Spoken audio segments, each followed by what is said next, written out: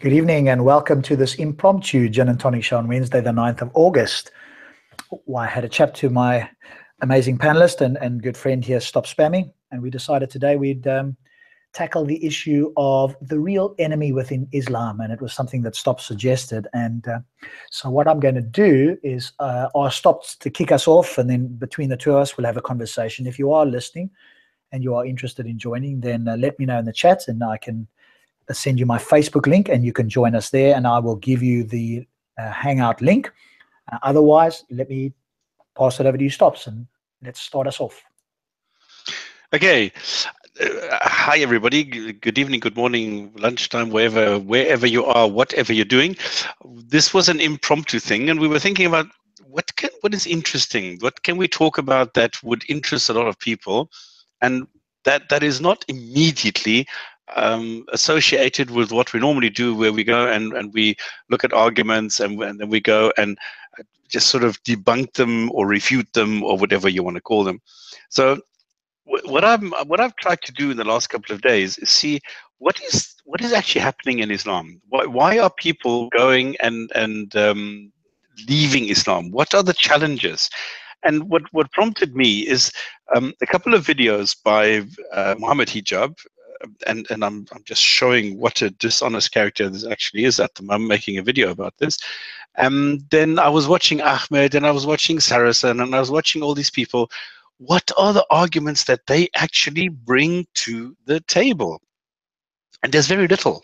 They always come with this God thing. Okay, yeah, but God's because there's a universe and there's the trees and the clouds and the latest thing as well. There's infinity, or there's the latest thing I heard today, which really is mind-boggling.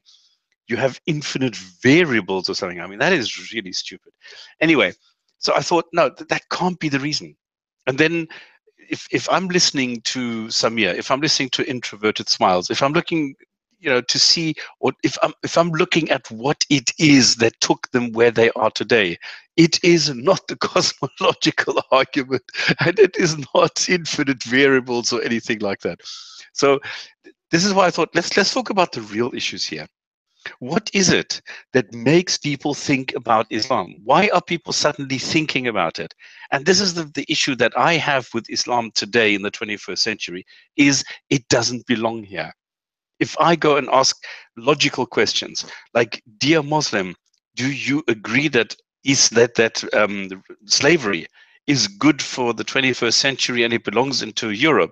They will say no, because they're better than their God. Then if I then ask, well, if then the Quran would contain some sort of description and condoning of slavery, would that Quran then belong into the 21st century and into Europe? And that's when they start stuttering. And this is why I think we should go and look at issues around Islam, what Islam is telling us, and not this constant, well, we have the cosmological and you don't understand infinity and all these issues, or evolution and things like that. They're stupid. I mean, we can talk about evolution until the cows come home, and we were never going to come to an agreement because it's an emotional issue. We are mixing science, which is giving us the facts, which is giving us the data, which is giving us the background, which is giving us the explanation, and then mixing it with emotions. Well, we're not allowed to because Adam is the first guy. So that doesn't work. So I thought let's talk about the real things. Let's talk about what drives people at the moment. What are Muslims thinking at the moment in different countries? And I only know Muslims in the Middle East, because I must admit, in Europe, I keep a very low profile. I don't go to mosque, where in the Middle East, I used to go to mosque all the time. In Europe, I don't. So I only know Muslims in the Middle East. So what's been your experience then in the Middle East when you've spoken to them? Have you sort of, just if you could give like your own obviously anecdotal evidence for what do you think the real issues are there? What potentially would be the real issues? Because like you say, nobody's going to convert because of the Kalam cosmological. It's just an argument that some people have learned that they think is persuasive as an argument, but it's not something that would make or break their belief system, most probably. Okay, there's two things that I've noticed. The one thing is science in general, because people are being told, and this is not true, but this is what they're being told, and this is what they believe because they want to believe this, that Islam is perfectly aligned with science. I mean, it's absolute bullshit. I mean, please, there's nothing further from it. But this is what they like to believe. And I've spoken to so many imams in so many different mosques. I've spoken to so many people about it. And they always told me the same thing. It's the people who like to think that Islam is a modern religion. They don't see Islam as a political ideology the way that I see it. It's only when I tell them, yeah, but hang on, doesn't Islam tell people how to live together, how the, the everyday working together of people and of the individual in their environment is concerned? And then they realize, oh shit, yeah, actually you're right. But in general, they don't think of it that way. They don't see it that way because they're so used to it that for them it's second nature, that you take for granted that the Quran says, well, this is how all the rules and regulations that you find in the Quran and in the Hadiths. So for them, it's normal. So they don't really see it as that. So it's the one thing is the scientific thing, that it's perfectly aligned with science. And the second thing is that it is good for mankind. And this is what people believe. And this is where the disconnect comes in, because suddenly they're confronted with reality. Suddenly they see a guy in France driving his truck into people, and they suddenly see ISIS doing all these stupid things, and they see all these bombings, and suddenly they see in the news, because this has never been, until Al Jazeera actually came up with it, this was invisible in those countries. And even today, like I said last time, most of the web pages which are critical of Islam are blocked. So they're not exposed to this. But now suddenly they see in the news all these things, and that's when they think, yeah, but hang on, this is the Islam that I am told is so peaceful, and now I see exactly the opposite. How does that work? So the misogyny, the brutality, the weirdness of the text, they have never realized that. And this is what people, if I go to them and say, well, give me the first verse, the first sentence in the Quran, they will start with Al-Fatiha, the first chapter in the Quran. But that's not the first chapter in the Quran. That's just like an opening prayer. I mean, you can't get a God just going and saying, well, here's what you have to say to the God, the owner of everything. He's talking about himself, so that doesn't make sense. So the first chapter is definitely not something that the God dictated about himself, that I am the best, the greatest, the bestest, and so on. But this is something else. The Quran actually starts with the second chapter. And if you look at the first sentence, that this God wants its objects, its subjects, its creation to know its ALM. How can a God think that the first thing I want my creation to know about me is ALM? And Which is nobody what? understands it. It's nobody knows. Nobody knows what it is. Every single Muslim will tell you Allah knows best, because they don't know what it is. So ALM is nonsensical. And that's the first thing that you get in the Quran, that this God wants his people to know. ALM. So, so it's little things like that. And if you bring this up and you show a Muslim, hang on, but this is the first thing that it tells you, then they think, well, I never thought about it that way. And that's when the thinking process starts. And that's when you get into this critical thinking process, which is not allowed in Islam. You have this 5101, which says, do not ask questions if answered might put you into doubt. You're not allowed to do that. Okay, but then stops. You've got the other verse that says, go and ponder on all of these things. So what would you say? No, it doesn't. There is no sentence in the Quran which says go and think about nature. There are only sentences in the Quran which say think about the Quran. Think about what your master has sent down. Think about what has been given to you. Think about the science. Ponder and reflect. Use your akal, use your intellect to go and assess the Quran. This is the big mistake, that people are quote mining the Quran and saying it tells you to ponder. It doesn't. It tells you 139 times to obey. But it never says go and look at nature, go and explore. Even the hadith, where even if it takes you all the way to China, it doesn't exist. That's fabricated. Well, it does exist, but it's like some obscure thing. So no, there is nothing in the Quran that tells you to go and think about nature. Okay, but I'm not saying nature specifically, but we'd have to bring up the verse, and if somebody in the chat knows it, or if you know it off the top of your head, we can read it out. It's sort of more what's the word? It's like a more general verse, isn't it? Doesn't say look at nature. I agree with you on that. But what Muslims claim when I hear them speaking is no, it says to ponder, and they then take the ponder bit and go, well, that's pondering about our whole existence and all that. So obviously they are inferring something there. But what would be useful is to know what the verse actually says, because I think it's very general, isn't it? It's not specific about ponder one thing or another. But when I read it in context, and I don't remember the entire verse, but it seemed to me that it did mean what you said, which is to ponder the Quran. In other words, keep thinking about the Quran until you accept the Quran. It's not like think about the Quran and then go out into the world and see if you can falsify it. That was not my reading of it there. And if somebody wants to come and say, well, Rob, your reading is wrong, then you need to show me how and why that reading is wrong. Why should I take your interpretation of that verse over mine or your stops or anybody else's? Well, I can give you the verses because I made the video on this, and I could just read it out because you have several sentences. Exalted are you, ye have no knowledge except what you have taught us. Okay, so this is exactly the thing. There's no knowledge except the knowledge in the Quran.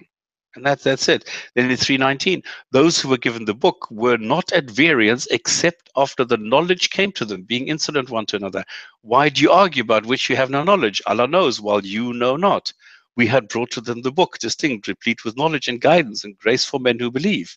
Be not in haste with the Quran before its revelation to thee completed, but say, O my Lord, advance me in knowledge. Again, the Quran.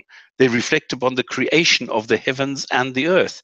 And then you have so that one there, so before you go on to 2:19, that one there, I could see just listening to it how somebody in Speaker's Corner or elsewhere could go, well, what does it reflect on the heavens and the earth, did you say? What was that part? Reflect upon the creation of the heavens and the earth. Yeah, so for them, they could easily take that. I'm just devil's advocate. Obviously, I'm not a good one, but I'm doing the best I can. They would go then and go, okay, so that says reflect on everything in the natural world. So they would walk away and say that. No, you can't, because it says the creation. So this is only what God gave them. This is not, look at everything. It says, look at the creation. Yeah, but they believe everything is created. Exactly. So you are limited.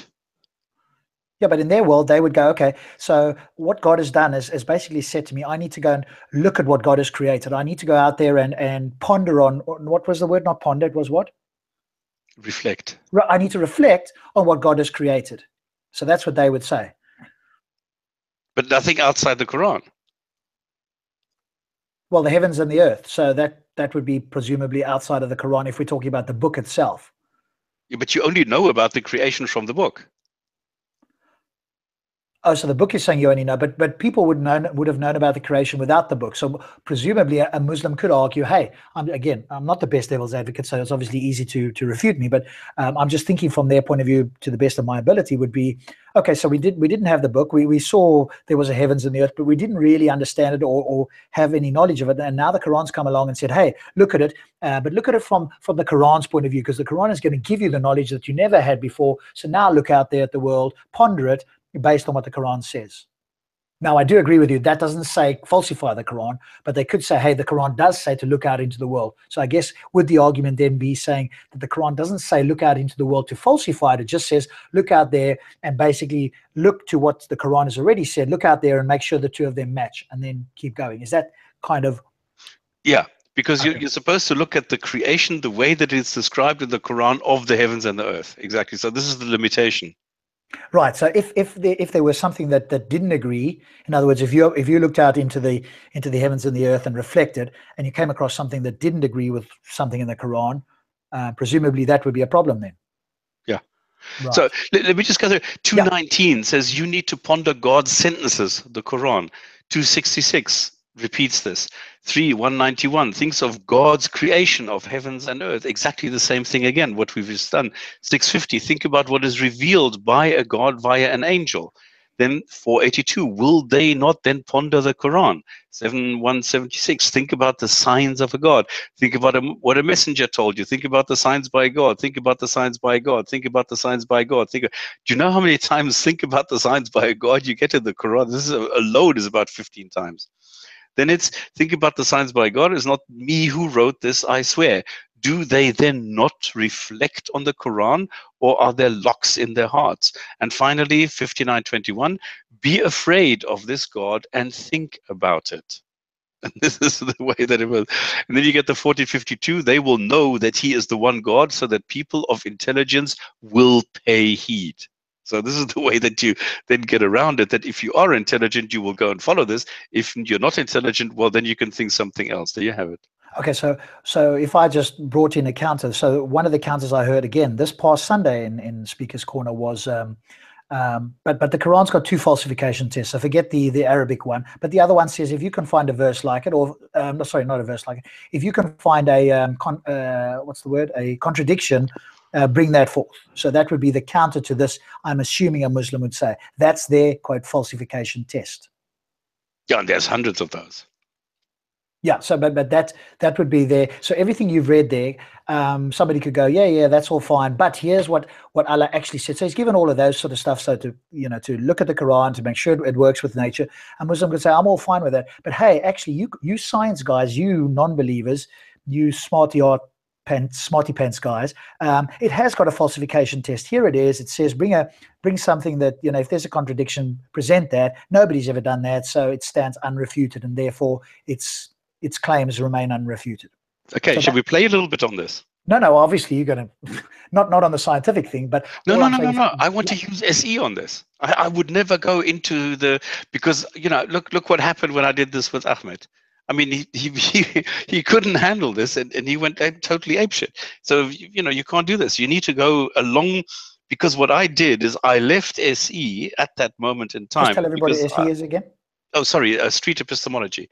This is the way of asking questions, and this is like what you call this, the Socrates approach and things like that, where you just ask open-ended questions. Because what I did at that moment in time, I left it because I'd had enough of this, because he was not, getting anywhere. He was not responding to it. He didn't understand it. He always wanted to go back into debate mode. So I said, well, fuck you, then I'll do that. And I did that, and I showed him a contradiction.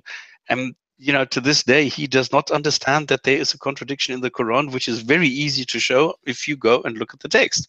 So I would go into SE, because then I would go and say, well, if the Quran requires a test to see if it is true, why would you think that in some way would be that you need to falsify it?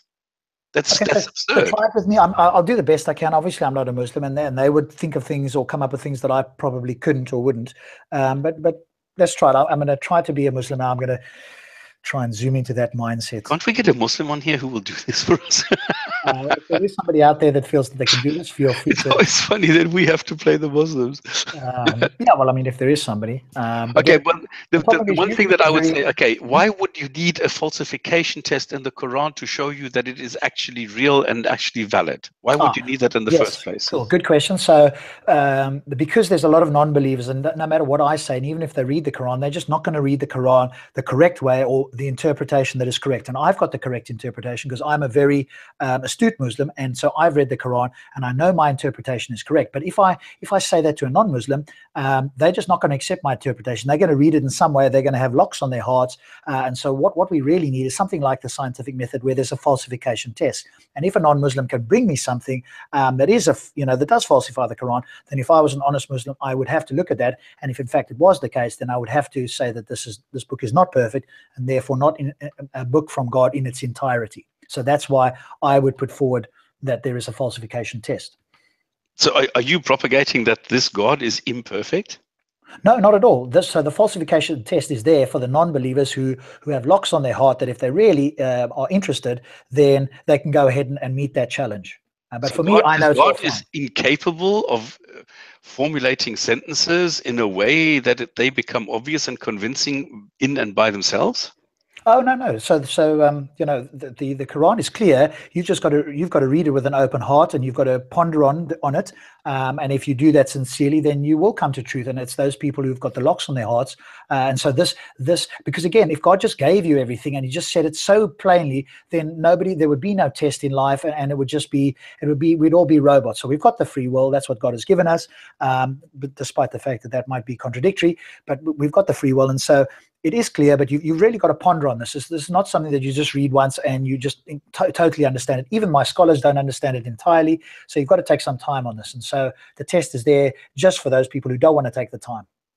So the Quran is not an instruction book and a manual for life for Muslims, and it is not clear, concise, and mubin? Oh, yes, it is. But again, you've got to ponder on it. And remember, it was written in Arabic. And so we've got the translations in English. And so some of those don't translate as easily. And so reading it today, you've really got to ponder on that a lot more than just a simple once over reading. Because if you read it once, I've heard from some of my non-Muslim friends that, that it doesn't make sense. And so, to get into the Muslim mind, you've almost got to get yourself into a Muslim mindset and go, okay, I'm going to read this and really take this in. Okay, so what actually convinces you that this was written by God? Why wouldn't this be written by just some human being who couldn't really say what they wanted to say? This is why you need a context, and this is why you need interpretation. Oh, because obviously at that time he was illiterate, and so he just blurted out whatever he was told, not really understanding it potentially himself, and so it's taken time because this was dictated by God, so it was even above his ability to fully grasp. He could send the message down through Gabriel, but he couldn't necessarily understand it all himself in his single go, and so part of the reason is that's what it's come down. So it's like, God is just so powerful that we can't understand him. Even Muhammad can't understand him in his entirety. And so he was just almost like a mouthpiece for God's will. And so that's why he just gave the message, and it's for us to interpret, and for the scholars who take great pains and time to actually understand this. That's why it's the way it is, because, it's just with Arabic and with everything that's happened over the time, it's just beyond us as simple human beings to get in a single reading. We've got to take our time to really read and understand with an open heart. So you are saying that this God created us human beings with the built-in inability to read the instruction manual that this God has created by putting locks onto our hearts, putting it into a language which nobody speaks today, and then making it as vague and ambiguous as possible so that people can't understand it and need to interpret it? Oh, no. Well, locks, we choose to put locks on our hearts because, of course, we're all born with a fitra. So it's just a case of we end up putting locks on our hearts. So no, we were all open to this from the day we were born. And so basically all that happens is we can get conditioned in different places in the world. And so we really need to read and understand it, because even with our conditioning these days, that essentially puts more locks on our hearts. But if you were born in that time and you didn't have this lock on your heart, then you'd be able to read it. And I would suggest maybe even plausibly you'd be able to read it better than people would today, because you wouldn't have as much of a lock on your heart. So I think it was pure at the time, and it's just that we've become more locks on our hearts, and so it's even more difficult now for us to read. But again, some time needs to be taken. So part of the test, I would venture to say, is that we need to take the time, because if this was like a noddy story, that would just be too easy. There wouldn't be a test there. So part of the test is to really read this deeply and reflect on the heavens and the earth and take our time. And so it is easy in the sense of to understand, although you've got to focus on it, if that makes sense. No, it doesn't, because this would mean that God didn't know what he was doing, or it was doing. Why would you say that? Well, didn't it know that there were going to be locks on our hearts? And didn't it know that 80% of the population would never follow what it said? That nobody would actually understand it and require interpretation? So why didn't it make it clear right from the beginning? Yeah, but he did make it clear, and of course this is just a test. So yes, he knows it, but of course we've got free will, and those two are not in conflict, according to. But if you say now this book is so great, isn't there another book on this planet which is perfect, which doesn't have any grammatical errors, which has no factual errors, where there's no mistakes, there's absolutely nothing wrong with it? Are those books all written by gods? Lord, name me one. I think the Quran is the only one that is written by God. The others have got corrupted. So I'm not saying that the Bible or the Injil or anything, there wasn't some messages sent down, but I think the people and the time over which those were compiled, those were corrupted. So the Quran was the only book from a Muslim point of view, from my Muslim point of view, that is perfect. No other book in the world is, unless you could prove that. The Iliad has never required a single messenger to explain it, has never required a messenger to go and change the meaning of the contents, has never required anybody to explain anything or to interpret anything. It doesn't have grammatical errors, it doesn't have factual errors, it has none of the things that you find in the Quran. So it must have been the work of a much more powerful God than the God of the Quran. Well, I can't say that the Iliad wasn't perhaps inspired by Allah in some way, but again, remember the Iliad is not making a claim about Allah himself, so it's more of a poem. So, No. I'm looking at the structure now. I'm looking at oh, okay. the way that it is written, not the contents. Oh, okay. Because the So, contents, then we're finished immediately. okay, so I'm not in a position to comment on the Iliad. I obviously don't have a knowledge on that. So it could be that the Iliad is fairly well structured. But that wouldn't contradict the Quran, and it also wouldn't mean that it's from God. It could be that God inspired Homer or somebody else, but that would be a separate point, I guess, to the Quran itself, which we believe as Muslims is inspired directly, from Gabriel through Muhammad and his followers. So the fact that there might be another book doesn't in any way reflect badly on the Quran. It does automatically, because you're saying it's the only book and it's impossible because it's so well written. But there are books that are better written without all the mistakes, without all the necessity to explain it and interpret it, which are very clear within context and everything. So you don't need anything there. So the Quran is badly written right from the start. And then you say it is really the product of a God. I mean, I would be embarrassed if I were a God. Okay, well, obviously at this point, a Muslim would say to you, I would, playing the Muslim, well, you've said it's full of mistakes, etc. Can you provide some evidence of that? Of course, they would say that. And this is where I would go now. You see, this is where I would change it now. I would not go into that. I would say, what if there were? And this is where I went last time, and I went into debating mode, and I wouldn't do that anymore. I would stay with this and say, well, what if there were, or what if there were not? If there were not, would that automatically be the signature of a God, or would it just be a good author? Like, because we don't have mistakes in a James Bond novel, but the James Bond novel is not about a real person, so this is the same thing. Yes, I guess. Okay, so again, any virgins? I like the chat. I'm just listening. I'm just reading the chat. Me too. I love it. I'm trying my best, and I'm trying to be like an intellectually honest Muslim as far as I can from everything I've heard. Now, I'm not a Muslim, and they could bring other arguments. No, you're doing very well. You're bringing all the stuff up. Yeah, as best I can. So your point would be okay. So if you ask me that question, and again I was being an intellectually honest Muslim, I would say yes, stops. If you could bring me something that that contradicted the Quran in any way, and I could go away to my scholars and I could come back to you and say yes, they agree this is contradictory, and there's no answer for it, because obviously I might not have all the knowledge myself, and I think you would agree of something this important. Me as a Muslim who's very serious about it, I may not have the knowledge, and I would need to consult a scholar. But if that were the case, as an intellectually honest Muslim, then yes, if you could bring me something that does actually meet the falsification test, or does show me that this book is not by God, then I would have to deconvert or say I'm no longer exactly. Yeah. And this is where we are, and this is where we need to be. Because now what you do is what Sarah, for example, has been doing, because he has come up with these logical questions. And this is exactly where I would go at the moment. If this is my favorite question. If, for example, the God in the Quran claims that every single human being, every single jinn, everything has been created, has been handmade and manufactured to worship this one God, then that means it's 100% of the creation is required to go and worship this God. And it knows full well during manufacturing what the outcome, what the result is going to be in advance. Oh, no, but now, if I play the Muslim again, I'm just doing it from everything I hear. No, it doesn't.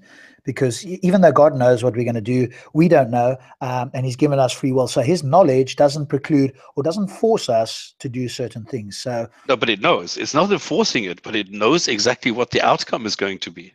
Yes, but just because you know something doesn't mean you're forcing somebody. So the fact that no, it doesn't mean that. But it means that if you are creating a human being and you know that that person is going to be a Sikh, is that person able not to be a Sikh? No, it's not. No, it's not able to not be a Sikh. No, if he knows that exactly. That's the case. Yes. So it's creating a human being in the premise, with the premise that this will be a Muslim, that this will worship this creator God because it created it for some odd reason. I mean, this is what it says in the Quran. The claim is, I am the creator, I am creating you, and the result is you will worship me.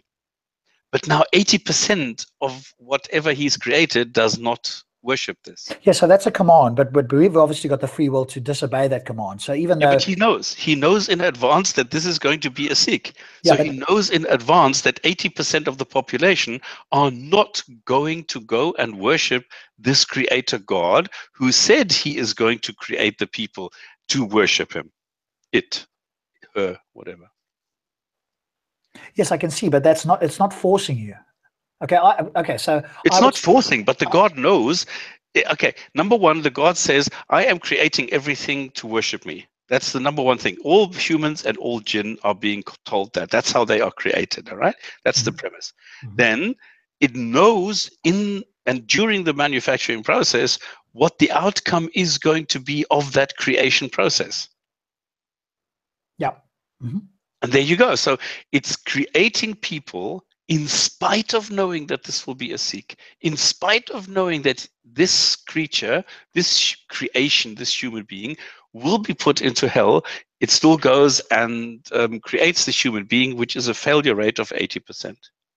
Yes, at this point, I couldn't argue honestly with you any further because obviously I've gone this route with many Muslims and they just keep insisting that God is not forcing you to, and they don't see the contradiction there. And I've gone to it pains, and I've even asked them, and I did it in a chat earlier today. I said, zoom out and imagine the universe from a God's eye point of view. If you can conceptualize that in any way, try your best. Zoom out of the world and zoom out like you're using Google Maps. You can do it on Google Maps, by the way. You can zoom all the way out of the earth, but do it for the entire universe and look down as if you were the overriding authority on the universe, and do it from God's point of view, because they just keep saying that. I don't know if they actually don't see the contradiction at that point. I couldn't argue any further because you are right, and there's no way around it. And just saying that he's not forcing you is just, it's like saying how tall is Tuesday. The response is not answering the question. They do think it is answering questions. I wouldn't be able to argue honestly any further. I could see the contradiction. I cannot see a way around that unless you try some metaphysically extravagant postulation about God zooming forward and backwards in time. And in fact, we can do anything possible, but he would then zoom forward and he would know it, and he'd zoom back and he wouldn't know it. There's some kind of really crazy thing that the Christians have come up with that tries to get around this. So yeah, I wouldn't have an answer to that particular one.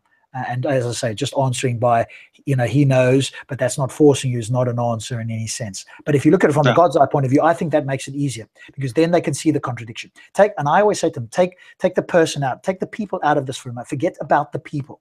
Just zoom out and look at it from God's point of view. You cannot at the same time say that God is giving you free will and yet he knows exactly what you're going to do. Those two things are contradictory. So the only thing you can say from God's point of view is that he's giving us the illusion of free will, and yet he knows what we're going to do. That is coherent. But saying the other two, those two, that's contradictory. When you see it from that point of view, you can go, okay, I understand. But the moment we bring in people, then the confusion, either learned or just for whatever reason, it just gets thrown in there. And so it's just a case of keep repeating the same thing. And that's what I've heard. Not trying to think about this, but just keep. And somehow they can disassociate the people and the God. And so I want to put away the people to try and get away from the confusion and just forget about people, look at it from a God point of view. But yeah, I couldn't argue that any further, honestly. But I could try some of the other stuff. But when you get down to the free will, then it gets to that point where, intellectually, I cannot argue as a Muslim and still be intellectually honest and consistent. Okay, so this is exactly now the point where we should be. I think these are the kind of issues that we should, raise awareness. This is where we should go and say to people, listen, these are the problem areas in Islam. These are the problem areas in the Quran. This is something that you should think about before you come to us and say, well, the Quran is so wonderful, so excellent and perfect and everything. What about this? What is it that you know about this area, and what is your reaction to it if it were like that? We don't have to make the claim. We can just say, okay, theoretically, what if it does contain sex slaves? Is that going to dent your belief in any way? What if Muhammad did marry a 6-year-old, sorry, and had sex with a 9-year-old? Would that dent your belief? Would you still think that Muhammad is a role model? Would you go and chastise another Muslim who stones a woman to death because she had outside marriage sex? Is that enough of a reason for you in the 21st century to go and stone a woman to death? So these are the kind of things that I would bring up, which are really geared to make a Muslim think, because most Muslims are better than their God, and this is what makes them think, in my eyes anyway. Yes, I agree. I'm hesitant, but I'd like to see you try it. I really would. As somebody who's prepared to answer all those questions as intellectually honest as they can. I am, just from the discussions when I haven't quite gone that route, but I've gone on occasions similar to that. Not everything's been recorded, obviously, so some people I'll do that with that are off camera. I haven't found that to be successful personally, but again, I haven't tried exactly like you, and you may well get the success that I haven't. So I'm not saying it's not possible. My only concern that I can see is that the moment you ask about what about the slavery or whatever, as soon as you utter that word, because Muslims that have heard that before have now they already got the answer in their head prior to even finishing the sentence, and so it's almost like he did this. So even when you try and ask the question, the moment you bring up one of those quote negative things, my suspicion is that it's like making a statement. It's no longer a question. Even if you ask it like a question, the answer won't be yes. If you could found that, I would stop being a Muslim. The answer would be something like, but it never happened or whatever. So it's almost like it's a statement. So they would ignore it as a question. That's kind of what's happened for me. So I'm not sure, but I'd love to see you try it anyway. So maybe we do need to get somebody on it, and you could run through it and see what the answer would be. But I suspect that it wouldn't be a yes/no answer.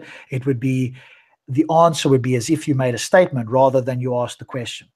And so because they've already got in their minds that these are, this has come up. Unless you ask somebody who's never heard this before, i.e. has never been questioned on this, but any Muslim that has had these questions posed to them, they already have those little things compartmentalized, and so it doesn't, when it hits their brain, it's not being a question anymore, it's a statement, and they see it as a statement rather than a question. So they won't answer yes or no. They will go, here's the answer, which is no, but you need to understand slavery wasn't like that. Again, I could play devil's advocate here with you if you like, because I do it in a way that I would do it, and it would be a bit difficult for me because I'm used to trying to answer the questions and honestly and concisely as possible. So now I have to try and go into the minds of some of the people that I've interacted with and try and answer in that way. So it will be a challenge, but I'm happy to try that if you like and see where it goes. Or if we've got somebody in the chat that is a Muslim that would like to answer Stops's questions and give your answers, then please just say yes, I'm interested, and we can get you the link here. Otherwise, I will do my best to do it from a Muslim point of view. But yes, I'd be interested to see if you could do it with just the questions themselves. Yeah, and okay, I'm just looking at the chat because this is another very interesting topic. Why is it that the Quran does not give, it's supposed to be the guidance, it's supposed to be giving you the guidelines for your life as a Muslim, but it doesn't do that. It hardly tells you anything about what you're supposed to do. The number one thing that a Muslim does, every male is circumcised. It doesn't even mention that in the Quran. The Shahada is not mentioned in the Quran. None of these things are mentioned in the Quran. Now you get around it by people saying, well, there is something about prayer.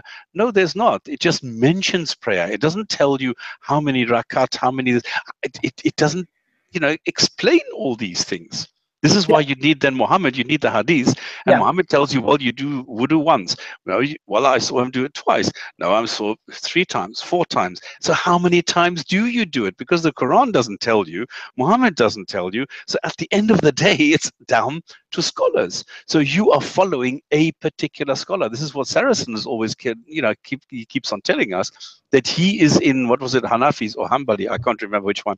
He is in one of the madhabs, in one of the schools, and there is one guy who decided, well, I'm going to take Muhammad 3 times. I have decided that the right hand should be over the left one and that the thumb should be above the belly button.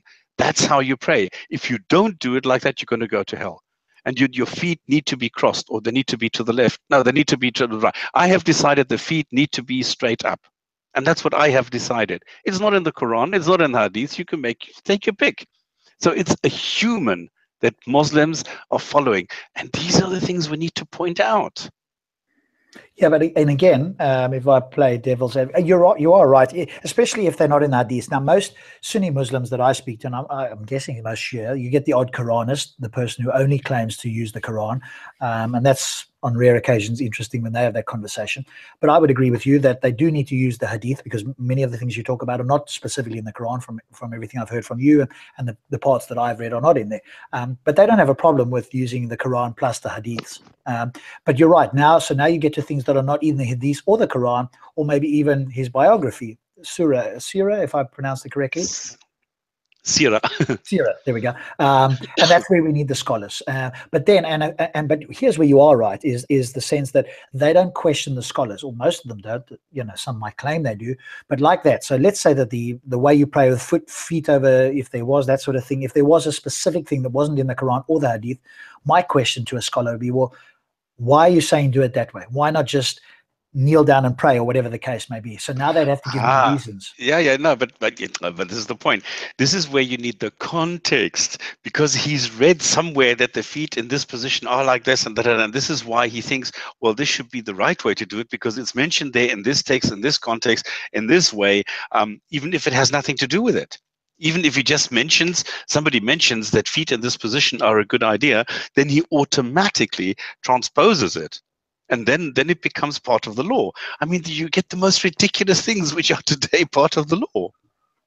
Yeah, so again, if you were an honest Muslim, I guess you'd be going, okay, so where did you get that from? Let me go read this, because you've told me where you got it from. How does that relate to the prayer itself, etc.? So yes, there would be potentially some homework, required from Muslims that going, yes, I want to be an honest Muslim. I'm not just going to take the imam or the scholar's word for it. But you're right, most Muslims wouldn't do that. So it could be that some of the scholars, and we can't say they're all doing that, but because we don't know them all, but it could be that some of the scholars are interpreting things from other places that aren't necessarily relevant, and they are making it relevant. But that's and Fake Cruz is asking exactly this.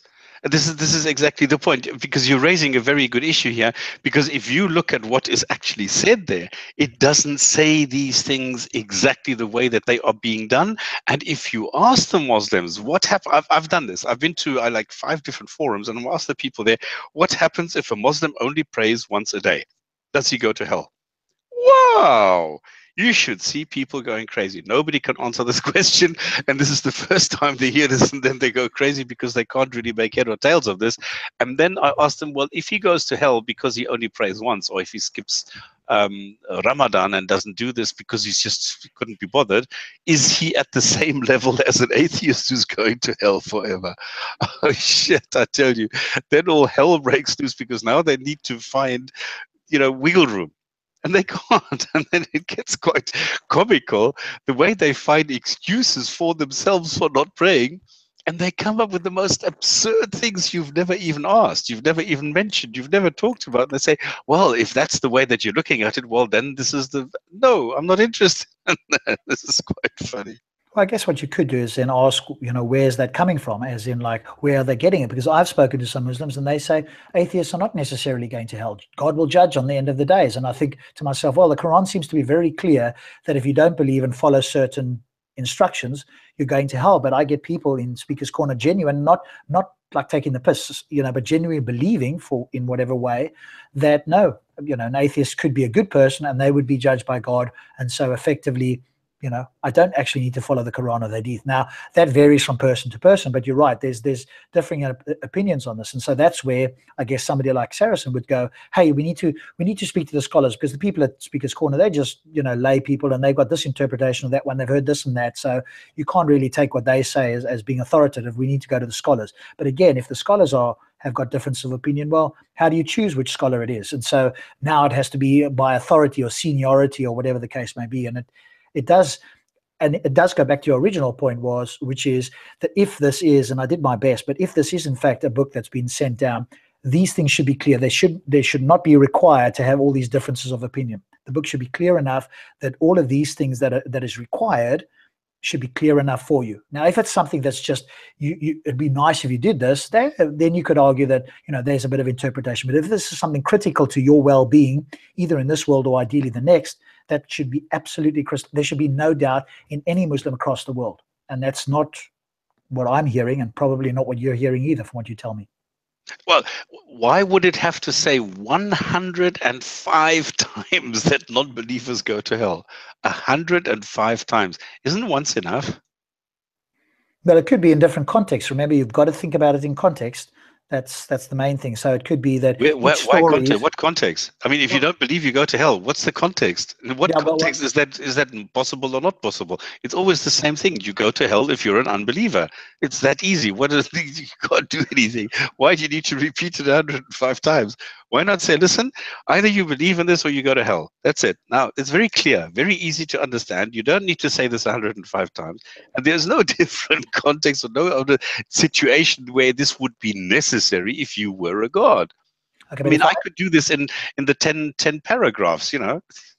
Well, if I did my devil's advocate playing as a Muslim, what I could respond to you is with, when I'm in context, what I'm saying is, for each story or incident that happened, this would need to be reiterated. Remember, this is a very important thing. So if you say it once, yes, it may be clear in that instance, but it's easy for people to forget. Like whenever we say something at the beginning of a conversation, by the halfway through the conversation at the end, we've forgotten the first thing that we've said. So as a playing devil's advocate as a Muslim, I would go with my Muslim's hat on. Well, do you know what stops? The reason why there's so many is to make it clear in every single context and all of these different things. So it's an illustration that in this context you go to hell, in that one you go to hell, this one you go to hell. So there's no way that a non-believer can be mistaken here, because if it was said once, it might be clear, but it's easy to forget that if you carry on in the Quran. So that could be an argument that could be put forward. So human beings are being created so badly that they will forget the first thing, the most important thing that is told to them after a few seconds, that they need to be retold. Is that the way that you would create a human being? Because I like your approach. Look at it from the perspective of a god. I am a god, and I crave worship. So I go and I create a planet, and I put people on there, and then I create more planets and more universes and more but that doesn't matter. Let's say I'm looking at these people here, and I want them to worship me. Come on, I tell them, listen, I'm the boss. Go and lick my ass. If not, you'll be punished. What is so difficult about those 3 sentences? Why you need to write a book about it? Because obviously we've got free will. We're not perfect. Don't create us with free will. Don't create this free will where you know exactly what is happening afterwards, because free will, come on, we both know that free will is bullshit. It doesn't exist. So don't come with free will when you know exactly you are creating people. If you give them a chance to opt out and say, I'm a non-believer, how can I then say, well, I'm going to throw you into hell? I mean, what is the point of giving you free will if at the end of the day saying, well, if you execute the free will, I'm going to fuck you up? Come on, that's honest. Okay, like I said to you, I can't defend the free will, but if we don't go to the free will, I can do my best. That one is as far as I can see. Even with my best hat on, I can't defend that. But I can attempt to defend the rest of the things. So if we don't talk free will, if you were to accept that I believe that, or that me, devil's advocate as a Muslim, believe they got free will, and you don't keep pressing me on the free will, then I can answer these questions. And of course, if I can convince myself that we do have free will, then this objection of yours, just seemingly, even now as I'm thinking about it, is just water off a duck's back. But then again, like you say, if I come back to your side of the fence, then it's a case of either there's some willful ignorance, or we're not looking at this intellectually strictly or rigorously enough. So we need to look at this a bit more rigorously than just go with the standard answers we've been given. But bypass the free will thing. See if there's something else that I get stuck on. Because I as I said, I've given you the answers to the best of my ability. But if you keep pressing me on the free will, from an intellectually honest point of view, even with my Muslim hat on, I can't get away from that. And everything I've told you is what I normally get told. I know that doesn't fully make sense, but I've just articulated in the way I've said it, but I can't defend that any better, and I've never heard a defense of it. So that still remains a major problem. But try anything else. So any of these other things, like I've given you the answer. No. I just like to know from you, because you've been like in the circuit now for a while. What do you see as the biggest problem in Islam? So problem as in like people leaving, or the problem as in people staying, or what do you mean by that? No. The way that Islam is constructed, the way that it's being used today, where do you see the biggest problem which would make people think, hang on a moment, is this really true? Because I've heard different versions of this. Where would you see the biggest problem? Again, so this comes from the hearsay of people that have deconverted, and it's to do with yours. Yours, because Oh, I know me? what other people have said. Oh, Because okay. there's various reasons why people. Some say it's the misogyny, some people it's the violence, some people it's the slavery, and blah blah. So there's Yeah. different things. But what would you say? Oh, okay. So for me personally, the biggest problem for me, and this isn't just Islam, but obviously because we're talking about Islam, the biggest problem for me is partly the moral, the problem of evil, but my version of it, which I just say I haven't read the literature. So there's probably smart people out there that have articulated better than me.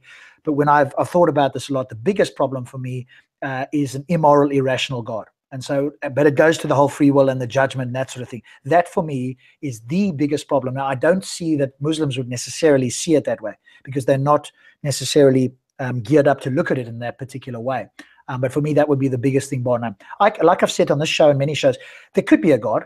It could even be, Allah. But if it were, that would be a shattering thing. That would be like, now suddenly I realize I'm in celestial North Korea. It's like a dictatorship that at the moment I thought I wasn't in, and now it would be devastating for me. I would have to accept it if there was overwhelming evidence or a knockdown argument or whatever it was, and I'd be in such deep depression.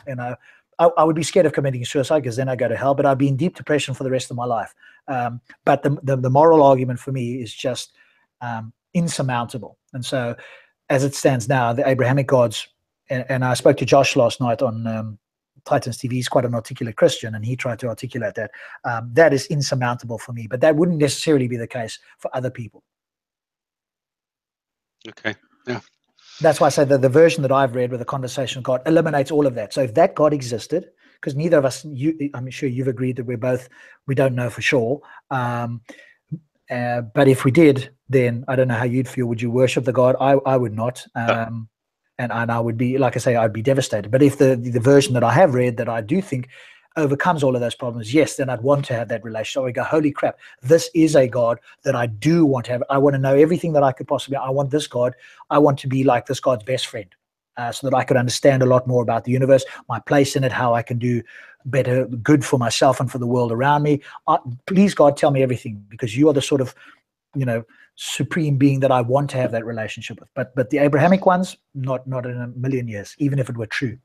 So I could accept the truth of it if there was enough evidence, but would I want to follow the instructions? Absolutely not. And I would suggest that I would be a better moral agent. I would say to that God that, Abrahamic, give me your power, and I would structure it in a way very different to you, and it would be way better, way better. There would be none of this judgment and punishment and following these commands and all this nonsense. That for me is just the nail in the coffin. Yeah, it's primitive, isn't it? It's like a little child, saying, if you do this, you get a reward. If not, you get punished. It's like a kid, really. It's I think it's so childish that a God would never go and do something stupid like that. But Because there's no substance there. There's no, I would expect some degree of sophistication by a God. I'm sorry, this is my personal private expectation somehow. Yeah. I agree with you.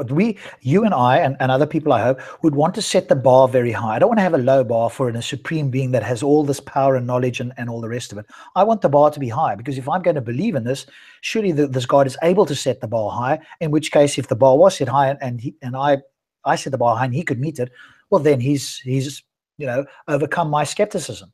But if the bar is so low, presumably for most, if not all, theists, then what does that say about the God? Well, again, it says more about the theist than anything. It says partly about God, but it says that their critical thinking and their bar for exception is very low. But I would want a higher bar, and I will try and have a conversation with Josh, because I think he's the most articulate theist that I've spoken to in Speaker's Corner, only once. And again, we had sort of part of a conversation last night. But he's a Christian, but his version is actually more challenging than the Muslim version, because they don't claim that their God is all loving. They do say he's loving, but they don't go on about the all loving. Now the Christians do, and so this is where I would want to challenge Josh, because they claim that he's all perfect, all good, and so on. And even that thing I would want to challenge as well. So there's a lot of the attributes of God that I find contradictory or highly problematic. And Josh is quite advanced in the sense that when I say advanced, as far as can be, because he's along the William Lane Craig. So he said it last night, which no Muslim said. I've not heard a single Muslim ever say this. And for me, and I say this in the nicest way, that's the cutting edge of theological arguments, which is they take a view that one argument is not sufficient. So you've got to have a number of arguments, and given all these arguments together, normally the William Lane Craig 5, 6, 7 arguments, given those all together, it's more likely that a God exists than not. That's where we're at now. And I said last night, that's brilliant. As far as I'm concerned, you're coming more towards my side of the fence. You now have to put 7 arguments together to make it, quote, more likely than not that a God exists. And if that's the position you found yourself, it's like, I feel like you've been pushed back right against the wall, and this is your final defense now. I've got to incorporate all these arguments. So, yeah. Yeah, it's like the final kicking or something. Yes, I've got all these things. I'm kicking out now with arms and legs, with all these arguments here, hoping that this is, quote, more likely than not. So again, hoping that something will stick, but not really expecting. No, I'm not saying that they hope. That's obviously my interpretation of it, which is not necessarily what they believe. They would say, like Josh did, that that's more likely than not. That gives better evidence. I forget his exact words, but along the lines of, it's more likely that God created the universe or did whatever he did, in whichever argument you want to do it, than there's a naturalistic explanation. And again, I'd have to press him one-on-one as to how we could know these. So maybe I'll try and get him on the show.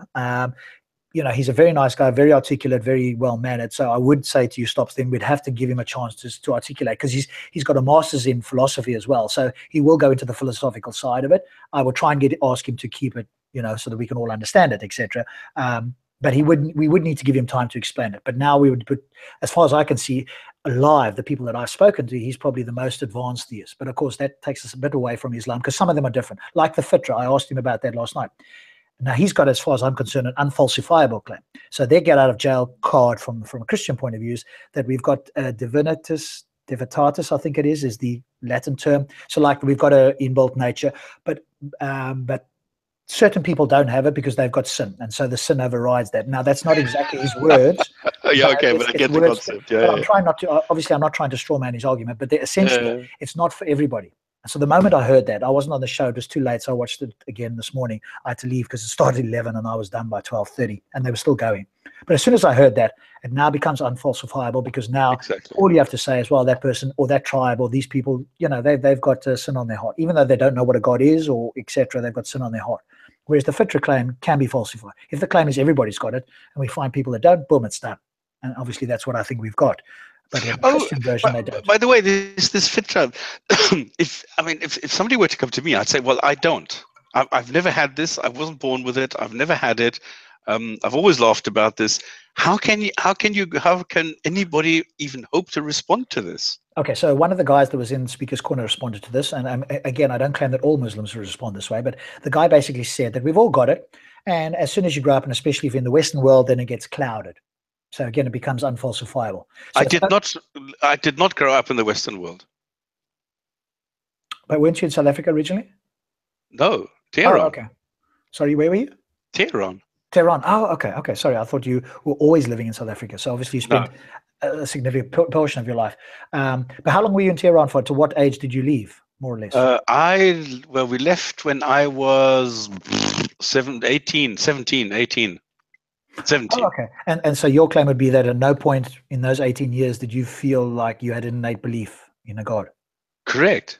Okay, but then again, so the Muslim response would be, a Muslim response would be that for some reason your Fitra was clouded. So the way you were brought up, the people you interacted with were not true Muslims, because if they were, you wouldn't have the clouded Fitra. But somehow it's some quite poison, I'm just using my word, not theirs, has been introduced, and it's clouded your Fitra. Now, I don't think everybody, but it's the same thing. It becomes unfalsifiable, because then anybody who does not have this has been clouded for some odd reason in those first years, for some odd reason. I mean, it's the same thing. Yes, but I'm just saying that this is one guy in Speaker's Corner. I would not say that that's the majority Muslim opinion. I'd have to ask more Muslims, what would happen if we could find somebody? So when I asked him the question, what would happen, because he went on about the Aborigines, they've got a Fitra, and this is all the studies. And then, of course, we showed him the studies, and he was like, no, I don't believe you, blah, blah, blah. And I said, all we need is a group of people that have no innate belief. If I could present you, don't even have a word for it. So how can they be clouded if they don't even have the concept of a God in their entire culture? Yeah, and of course his thing was, well, and he had a buddy next to him who sort of jumped in at one point and going, no, they were atheists, so they would have clouded it. Well, they're not strictly atheists by Ozzy's definition. No, They they're are not. Exactly. non-theists. They're non-theists. They they've not been exposed. Well, now they have, because obviously the Christians have been there. But prior to people interacting with them, they would have been non-theists. But now we could possibly say they're atheists. But no, they don't. No, because they don't understand the concept. well, they don't have this in their culture. They don't understand that there is the supernatural being. So if you can talk to them about it, it doesn't really matter, because they still will not understand it. It's like talking to me about, doesn't matter what. But if I don't understand the concept, then there's no point in talking to me about it. Then I'm not anything for that concept, because I don't understand the concept. It does absolutely nothing to me. Well, now they would understand it, I'm guessing, because obviously, what's his name? The guy that spent 30 years with them, Everett, yeah. But so he learned the language, and he did explain it to them. Now they could, like you say, reject it and said, we don't understand the concept, but he's attempted to explain the concept to them. So they could reject it and go, it's like you're talking about how tall is Tuesday, or is blue more angry faster than red, whatever. Yeah, exactly. Yeah. Which they still could say it's nonsensical, but at least they've been given the concept, and by that definition, even if they don't understand the concept fully, they could reject it as we would. But that's the difference between a non-theist and an atheist would be. Okay, but then saying that I have been clouded in some way, that I have been manipulated in some way, that I have been, I don't know, in some way contaminated, that makes it unfalsifiable again. So then you can claim it for anybody and everybody, and then it doesn't make any more sense. Yes, I agree, but I'm not claiming that that's what the majority of Muslims say. I'm just claiming that's one Muslim that said that in the park. Now, Josh's view, I would suspect, is what most call it advanced theist Christians would say. So they would probably go along Josh's route, whereas I'm not sure that Muslims would. So I need to ask more Muslims, and that's maybe a question that we could ask. If you believe the Fitra is true, and we could find a group of people that we could demonstrably show you does not have any belief in and I do not have the Fitra, would that falsify the Fitra, and would that then give you serious pause for thought about being a Muslim? Because if the Fitra is one of your claims in the Quran, and we can show that there are people that do not have the Fitra, would that then give you pause to reconsider whether you should be a Muslim? And now, if all of those are true, then hopefully one would say yes. If they still said no, then we'd probably not be talking to an intellectually honest person. Yeah, but I would go one step further. I would say, not only are you unable to prove your point, we can prove the opposite.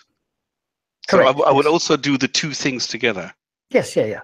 Ask them for evidence, and they would try to present it or not, as the case may be, and then give them, okay, so is this unfalsifiable, or can we falsify this? If we can falsify this, and I was able to give you examples, would you then consider the Fitra not to be correct? And based on that, then the Quran is not from the word, from God, and would you then reconsider being a Muslim? Then you could ask it in that specific order. And again, if they were intellectually honest, they would have to say yes to those questions. Now, they like the person, but that is the problem. And it's not meant that, I don't think some people, I'm going to be charitable, I don't think that some Muslims are like really trying to be dishonest in the sense of they are like, okay, I'm just going to lie here. I don't think they're actually going, I'm trying to lie here. But when you're trying to put them in a corner, in other words, and when I say corner, all you're doing is asking certain questions, then I think there is a defense mechanism among some, especially those that have had interactions in this sort of arena before, to not want to be put into what they consider a corner. But it isn't really a corner. It's just a yes or no thing if you're intellectually honest. And that's where I think it's like almost like an unconscious intellectual dishonesty. Is like, I don't want to be you're pushing me in a corner. I don't feel like I want to be pushed into a corner. So I'm going to say something to not allow myself to be put into this corner. But it's one or the other. It's a dichotomy. It's not as if you've got a third option. And so that's where certain things start happening in my observation, where the questions are not answered like yes or no, yes but, or no but, or whatever, and there's some sort of qualifier. But they seem to be yes or no answers from my point of view, and that's where the challenge comes in. Yeah, but so I think if you could do that, let's say with a Fitra or something else, then and you could ask those questions, and you could present something that we think is demonstrably true, and then see what the response is. Now, I'm virtually certain that no Muslim in a single conversation is going to accept that. And let's be honest, if I was a Muslim and you said that, I would be going, hang on a moment, I've never heard this, or I have heard it and it's been debunked, or whatever the case is. I'd have to go away and look at it. And I would have no problem with that. So if somebody said to me, No, this is the honest way, yes. yeah, I'd go away and go, okay, Rob, if I was putting on my Muslim hat here, I'd be going, okay, I've heard you. You've said X, Y, and Z. I need to go away. Obviously, I can't take your word. This is my whole worldview. And either I've never heard that, or I have heard and it's been debunked. Now I need to go and look and see whether what you're saying is true, which I would have no problem with. So I don't think anybody would change on the spot. But at least, like you say, you could then go and ask somebody to get into the critical thinking mode and go and actually look at what you've said, if they care about what's true. But almost like I keep thinking maybe that's and it sounds like a silly question, but I still think it's worthwhile. I don't do it all the time, and maybe I should. The first question I ask somebody is, do you care what's true? That doesn't work. I mean, look at hijab. Look what he did. He says, yes, of course I do. And then he said, yeah, but hang on, look what you did. We were sitting there for 1.5 hours, and then 2 weeks later, you said the same opposite once again. So where are you on this? No. Yeah, and I agree it doesn't work in the sense that they will remember what they've said, but at least those who are viewing can view that, hopefully. Because if that question's in there, if you haven't asked it, then it's kind of like a quiet assumption. But if you ask it and they answer it, in some way they are committed, and they've committed themselves, and that's the main thing that I would want them to do. Not that they're necessarily going to hold to the commitment in the conversation, because it does get heated and all the rest of it. And so they may not remember it but you or I could always come back to, hang on a moment, Muhammad, didn't we say the truth is important? Or didn't you agree that, what's true is important to you, or the most important to you, however you want to phrase it. And then, oh yes, but because when he said it, it's not like I've forced it down his throat. I've asked the question and he said it. So whenever, like you've said as well, and we've talked about in the past, psychologically, when somebody answers a question, they are very likely to try and remain consistent with what they've already said than if you make a statement, because now they can argue the point. But if you ask the question, they answer it, then they want to stay consistent as far as possible. Now, they could be inconsistent, either on purpose or unbeknownst to them, but we can always then go, hang on a moment, you've gone down the road there, come back here a moment. Do you remember what we said? Is truth important to you? Okay, so let's go down this road now, which is down that road, because you've gone off on a side road, and that is something that they do. So I don't expect it to mean anything other than to either bring them back or to remind people and themselves that they've made this commitment to truth. Yeah, it's a full effect. Because come on, I've spent a couple of hours now on this hijab guy. If you watch his videos, not the ones that he does in Speaker's Corner, he actually comes across as somebody who's reasonable and who's literate, who's educated. But when you go and watch his videos, he is the same idiotic apologist as everybody else. Look at these mountains. They are pegged, and of course you can't explain them, and they must be by a creator. Look at the way the water flows down the waterfall. Of course a creator had to do this. There's no way that this can just happen by chance. It's the same old story, completely, utterly useless. It's like a kid. And also I noticed the difference in the sense that, and we do, I do it as well, and so I'm not just pointing fingers at Muslims. You do talk at the level of the opponent that you're speaking to. So when I was speaking to Josh last night, now I'm listening very carefully, and I'm trying to stay at the highest level that I'm able to, which is not necessarily a very high level. But if you're speaking to somebody that is far more ignorant on the subject, and it's nothing other than you can notice it when they speak, then you tend to want to, you kind of lower the conversation so that you can speak at that level, or raise it if you've got, so you do, but I do notice that in the sense that if they were speaking to somebody who will be able to point these things out much quicker, now they're a bit more on their toes. But when it's somebody that they can either hasn't spoken there before, they can get a sense, is not going to challenge them, then a lot of those things come out, and they come out in rapid fire. And so the Gish Gallop, as you know about, and for the viewers, the Gish Gallop is just something in America where this famous Christian would rattle off like 10 or 15 claims very quickly, that it's very difficult to then go and answer every single claim. And so at the end he would say, well, half my claims have not been answered, therefore I feel justified in keeping my position. Now that's not intellectually honest, but I noticed that happens in Speaker's Corner as well. So 1, 2, 3, 4, 5 claims get thrown out, and there's no ways you're going to get an opportunity uninterrupted to answer all those claims. Very easy to throw out a claim, much harder now to answer the claim and to investigate it. And so that's another thing that sort of happens there. So they do change their levels. I've not heard that one specifically about the mounts with the pegs that hijab, so you've obviously watched a few other videos. But I do notice that certain things will bring out, and even when I spoke to him in particular, he did acknowledge that he gets a bit heated. of course, it was kind of like, yeah, I get a bit heated. Really, no, it's not just that you get heated. You say you've been told one thing which is undeniable, unless you can bring evidence to the contrary. And I don't think that's possible in, let's say, the claim that we talked about. And then you talk about as if it was never been spoken about before to somebody who doesn't know that. And most people who walk into Speaker's Corner are not experts on any particular topic. And so it's easy, if you've heard a few things, to sound like you know a lot. And so then you can throw out claims. But if it's on, and this is the problem, if it's on video and some of us are looking at that and remember some other conversation, we go, hang on a moment, but we've talked about this and X, Y, and Z has happened. Now you're saying this, hey, there's an inconsistency there. And I don't know whether they even remember there's an inconsistency or they don't care. I'm not sure. And most viewers are not going to remember one video to another unless you pay, close attention. So maybe that's just another way of saying it. But he was very clear to me.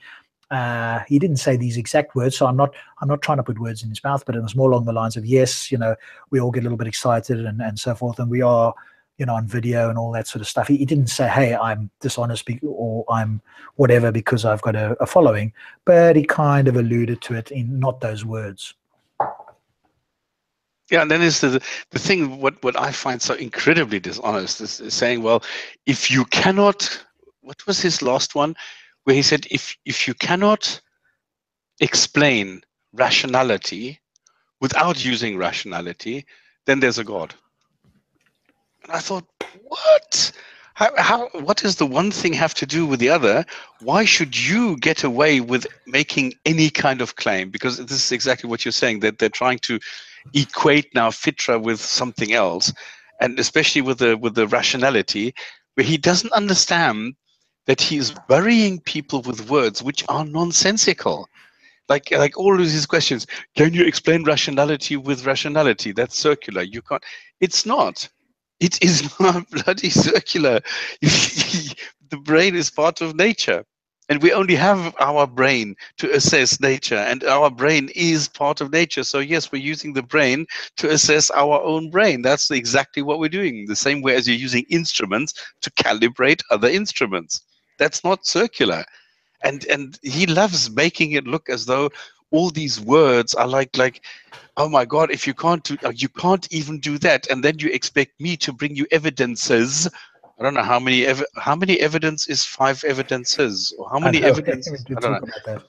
And it's so stupid to go ahead and say, well, if you can't do that, then this is true. It's not. It doesn't work that way. Yeah. Well, I suppose, strictly speaking, they are special versions of circular arguments. But philosophers have known this for hundreds, thousands of years, and so that's why they're considered properly basic, or as I said, self-attesting. Now, Josh had a disagreement with me, and I'd like to ask him, because I do, he's got a master's, and I do want to hear his view on this. And why he claims this. Now, he might bring in the planting thing, which is quite advanced, so I'd have to really go and look that up and look into that a bit more. But the general version that Hijab presented there, yeah, you're absolutely right. He's trying to sneak in the Fitra as a properly basic belief. And the way he's doing it is not by arguing that there's actually good evidence. The way he's arguing is, hey, these other things are circular, and I'm going to bring in something here without evidence, which isn't circular, and therefore it's on the same level. But he doesn't realize that it's a special version of circular, and that does not entitle you to just bring in a claim just because it isn't circular with no evidence or argument. That doesn't work that way. But of course, it went into scientific, and that's the problem that I have, is like, you don't stay on one subject. So it's now off on a tangent, telling us how science isn't perfect and this isn't perfect, and you can't not use your own, and they can't use it either. But they claim they did, and I had that conversation on Sunday as well, where it's the claim, no, we're not using our rationality. And I'm like, this is a facepalm moment. He said it himself. You'd hear it on the video. I asked him, are you using your rationality to come to say that? No, I'm not. And then instead of giving the answer, yeah, so instead of giving the answer, off he went on some other point. No, I'm not. And so, yeah, it is hard to understand how the brain operates there, because it's like, you're not giving me the reason why you are claiming you're not using your rationality. Just give me the reason. Then we can assess whether that's in fact true. My view is that the moment you open your mouth, or the moment you have a thought about something that uses the laws of logic, you're invoking rationality. You cannot escape this. So unless your claim is somehow that you've got this and you didn't know you had it, and it suddenly somehow comes up in yourself, but even if it did that, you'd still have to rationally justify or know that you've got it. Otherwise, how on earth would you know that you've got the Fitra? You cannot get away from, using your rationality, even if God gave it to you, to know that God gave it to you, or that you have it in some way. And so, but don't you find it interesting that they always seem to come up with these killer arguments where, you know, if you think about it for 2 seconds, you come, no, not really, and then they sort of, it dies down, and then a week later they come with the next one. You know, it's like, it doesn't make sense. That's what I'm saying. Let's get away from all this bullshit and go really down into the Islamic texts and go and analyze those and use that and stop this philosophical bullshit, which, you know, it's endless. It really is endless. It is. I kind of like it because it's sort of something that I enjoy. But you're right. But the thing is that then you need people that know the Quran and know these particular passages and know the answers. You just take one. No. Just take some 1 or 2 arguments. Take it logics. Look at Sarah. Sarah is not an expert, but he nails it. He sticks to one topic. He takes one thing. He notices something is wrong there, poof, and he goes out and he nails them. This is exactly what I'm talking about. This is what we should be doing. We shouldn't allow ourselves to get into these endless discussions, going off on a tangent every 2 seconds, and then ending up somewhere completely else. He keeps it on track. He keeps it down to the little, you know, the couple of things that he knows. He is by no means an expert in Islam. He's just noticed a couple of things are wrong, and that's what he does. And he's very good. He's very sharp in his mind in doing exactly that, sticking to it and making them go and run around in their circles. He's not allowing it. He doesn't allow them to flip it. He's the one who tells them, you go and tell me, otherwise I'm right. That's it. Maybe you need to give us a video that you think it's really good, because when I've listened, I think he's used some of the tactics they do in the sense that he just keeps asserting it's true. And that's a challenge for me, to just assert something's true. And so that's why my brain operates a little bit differently. And it's not to say that I'm right. I'm probably not. He's probably better at it. But what I've noticed is it's not as the case of, so when he did the thing with Ahmed Mohammed, for example, and the two of them chatted about the age of Aisha and so forth, he just kept claiming it. And then he used the appeal to emotion, which is, would you let your own 9-year-old do it? And then he went on to an emotional appeal. Yeah, no, that's not the one. No. So maybe you need to give me one where you go, okay, here's one where he's really good and he nails them on it, and give it to all of us so that we can all go and have a look. I can't remember which one this was. I'm not saying he's not good at it. He came up with a logical one, which was perfect. It was perfect because it showed exactly the way that Muslims are supposed to think, and it doesn't work. Give us one like that, because then I can study that and have a look at that. Because if there is, in fact, but I'm not going to go now and watch all the videos. No. But give it to me at some point and send me the link to it, and you went, okay, here's one that you should use. If I bump into it, yeah. Yeah. Because if there is in your view, a sort of model one to follow, then I'm quite happy to look at that and see if I can change my approach, because I tend to stay on the bigger ones. But you're right, those don't have a knockdown argument in that sense. But I do. That's why some of the things I want people to notice the inconsistencies. But you're right, it may be that it's just not easy to notice the inconsistencies in this, especially if your interlocutor is doing everything in their power not to answer concisely and honestly, and they're going around the houses and bringing up other points that are not related to that. Then it does get lost in translation. And so maybe that's where doing it your way, is much more. It's much harder for people to get around that. And Rafael, I'm not saying you don't know anything about Islam. I'm saying you don't need to be an expert in Islam to bring up these arguments. What I'm saying is you just need to go and look at the inconsistencies within Islam and then go and stick to that and then bring this forward. You just need to go on one topic, study this one topic, get some background on this one topic, and that's it. So you don't need to go and become an expert now in all the texts and exegesis and blah, blah, blah. No. You just go and look at 1 or 2 points, and that is it. That's all it takes. And I think this is what we should be doing. We should all go out and take different points. Okay, so given what you've said there, for people who are watching, for example, or myself for that matter, or anybody else, where would you start with that? So somebody's interested in having these discussions with Muslims and feels that that they could do this. Where would they start? Which one would be a good one to start with, that they could have this conversation and stick on a particular topic and ask those questions or have that conversation? Okay, depends what you want to do. If you want to go and just look at the Quran, what I sometimes do, okay, let me do that now quickly because this is very easy to do. Let me take this Quran by Abdul Halim, and I just go, and I just open it on any page and I read the first thing that comes to mind. We also sent Lot to his people. He said to them, how can you commit this outrage with your eyes wide open? Okay, take this sentence, and now you say, what is this God trying to tell us by putting this sentence into this book? What kind of guidance am I getting? What is the sign that I get with this?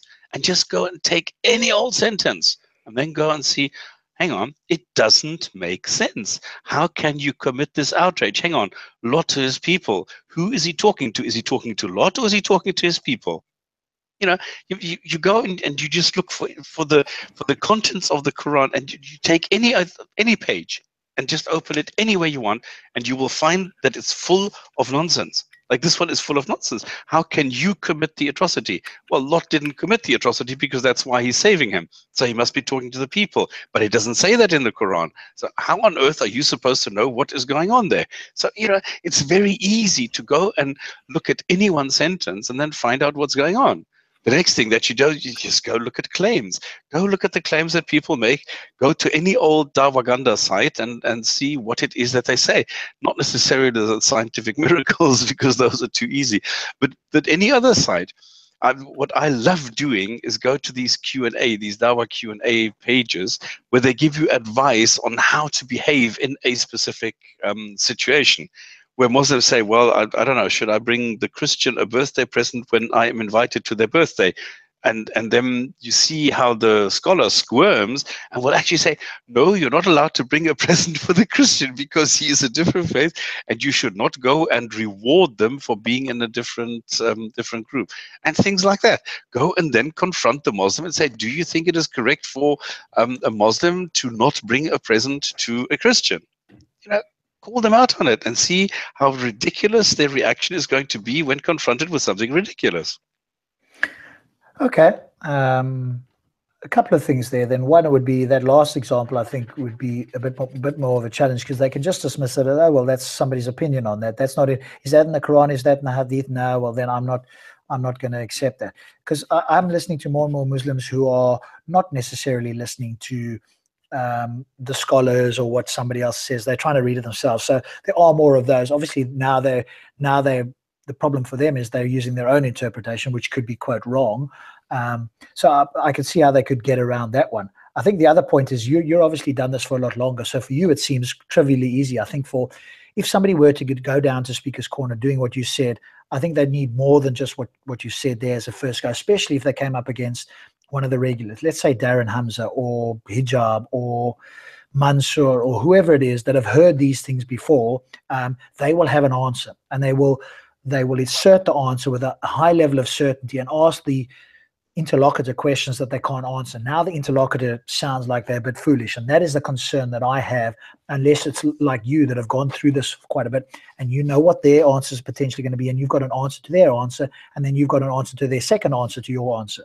And so you need to go a few deeper than just point something out, because they will have an answer for one of these things. Whether it sounds plausible to you or not, they can assert it in such a way. This is what I've heard. And so I'm just telling you my experience there.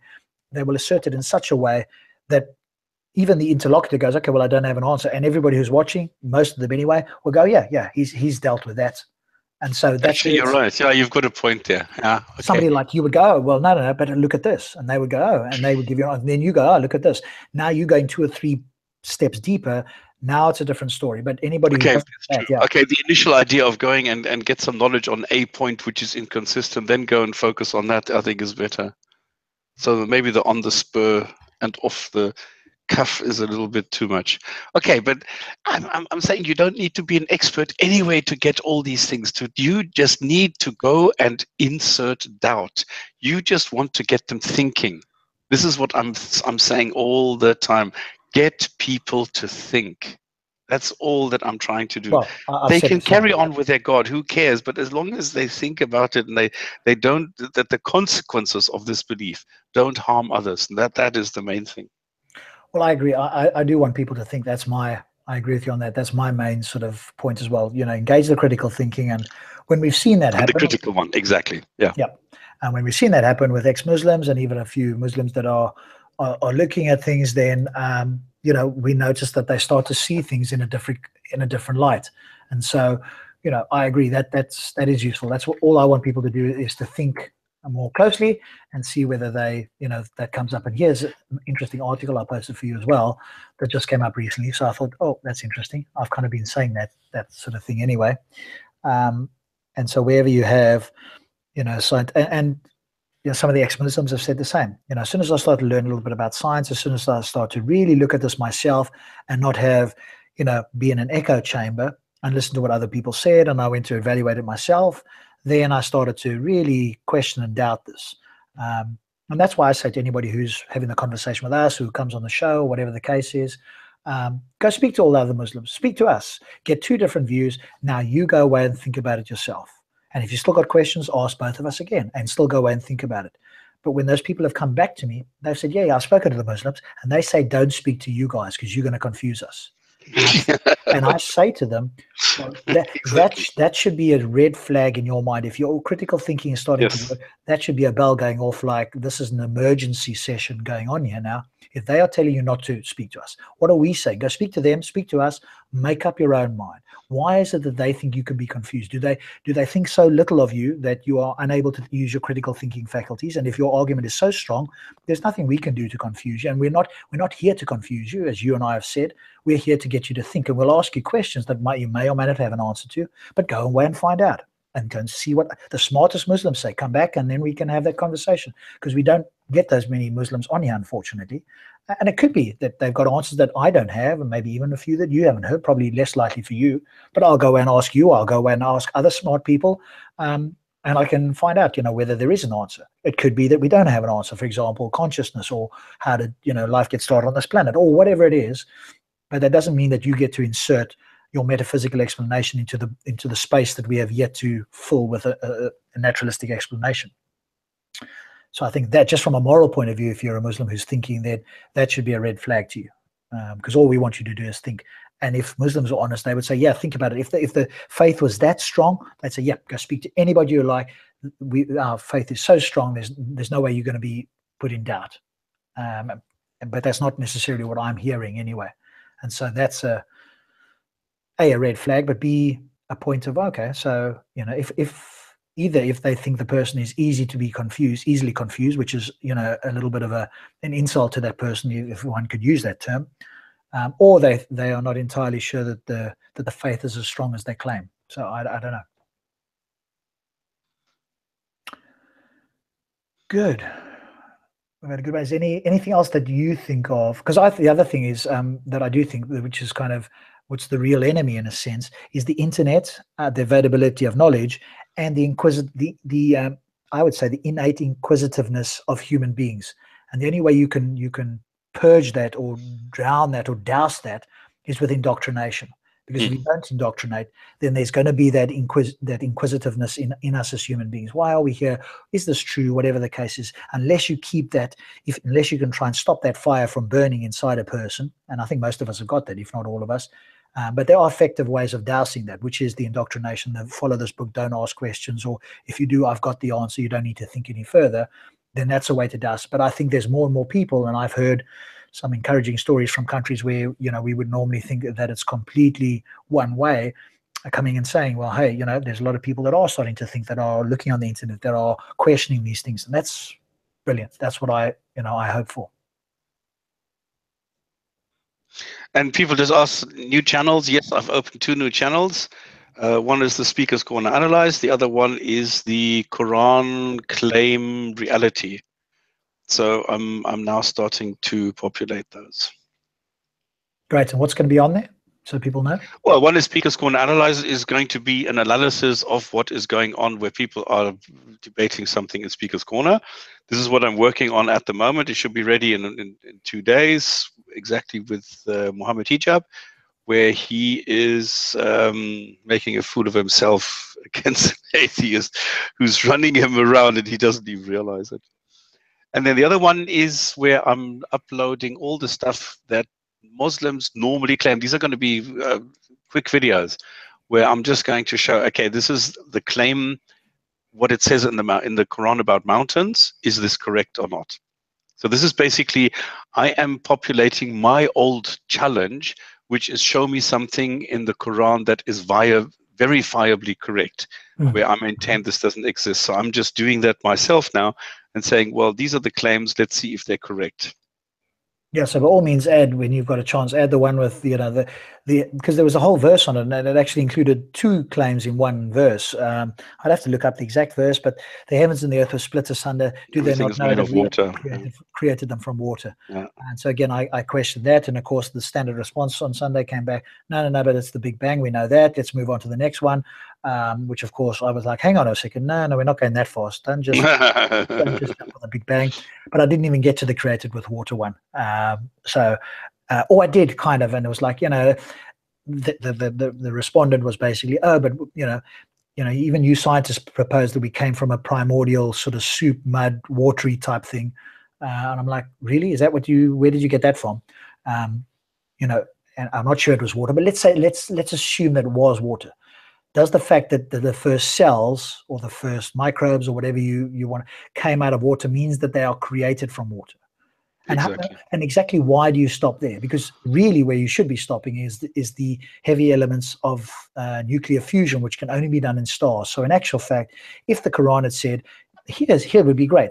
Here would be a prediction, I'd be going, holy crap, somebody knew what they were talking about. If there was a statement in the Quran that said, "O ye mankind, don't you know that every particle in your body, or the elements that make up your body, were the furnaces of the flying stars in the sky?